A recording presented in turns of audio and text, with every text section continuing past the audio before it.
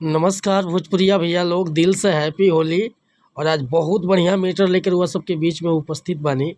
दिल से बताओ तनी भैया कि एकर नया म्यूजिक बनवा के आप बढ़िया ढंग से गायकी कर देतानी तो गाना रील पर वायरल हो जाए भैया। बहुत अच्छा मैटर बाटे। तो चलिए देर न करते हुए मैटर के शुरुआत कइल जा कि कैसे गावे के बा, का एकर धुन बा, का लय बा। लेकिन वीडियो स्टार्ट करे से पहले भैया एगो बात बतावल चाहब कि रुआ अगर नया सिंगर बानी और सिंगिंग में इंटरेस्ट बा, अच्छा मैटर के तलाश में भटकतानी, सही ढंग के गीत नहीं मिलत, बढ़िया तुकबंदी नहीं मिलत, मन पसंद के गाना नहीं मिलत, तो भैया अगर हमरा चैनल पर आ गइल बानी तो हमरा चैनल के सब्सक्राइब कर ली। रुआ के हर तरह के मैटर सुने के, देखे के, गावे के मिलत रही भैया। काहे कि हम हर तरह के मैटर लिखेनी और बिल्कुल उचित चार्ज लेनी भैया। मैटर में कोनो प्रकार के शिकायत ना मिली, तुकबंदी में, चाहे मैटर में, चाहे गीत के लिखावट में। रुआ जैसन मैटर चाहत हो कब लिखवावे के, बिल्कुल उचित चार्ज पर फर्स्ट क्लास के गाना मिली। काहे कि हम हर तरह के गीत लिखेनी, जैसे कि sad song, love song, orchestra song, धोबी गीत, पूर्वी गीत, निर्गुण गीत, रंगदारी सॉन्ग। तो कोनो प्रकार के मैटर हुआ लिखवावे के बा तो बेहिचक संपर्क कर सकिले भैया। डिस्क्रिप्शन में हमारा नंबर बा। और चैनल पर नया होके तो चैनल के सब्सक्राइब कर लें, बेल आइकन प्रेस कर लें।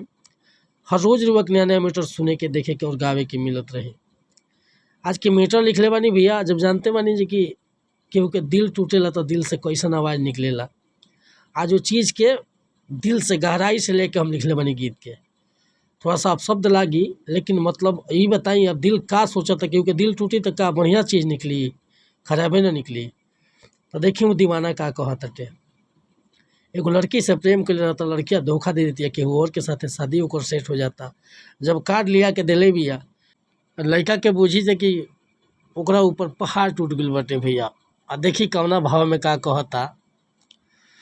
अरे रही छहतर तोहर जिंदगी भयाद हो जा। अरे रही छहतर तोहर जिंदगी भयाद हो।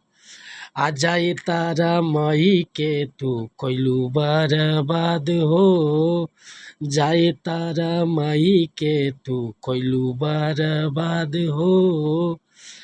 कार्ड देखा के हमर फेल कैलू हार्ड हो। अरे कार्डवा देखा के हमर फेल कैलू हार्ड हो। आ जाए तारा माई के तू कैलू बर्बाद हो। जाए तारा माई के तू कैलू बर्बाद हो। रही छहतर तोहर जिंदगी भयाद हो।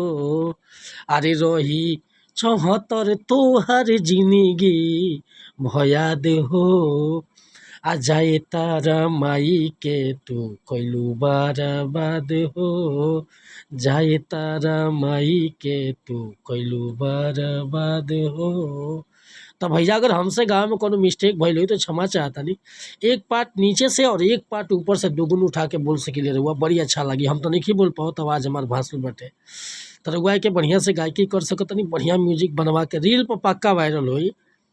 तो अगर मैटर पसंद बा, फुल गीत लिखवावे के चाहता नहीं तो बेहिचक हमरा व्हाट्सअप नंबर पर संपर्क कर सकीले। व्हाट्सअप के नंबर बा 8874473128।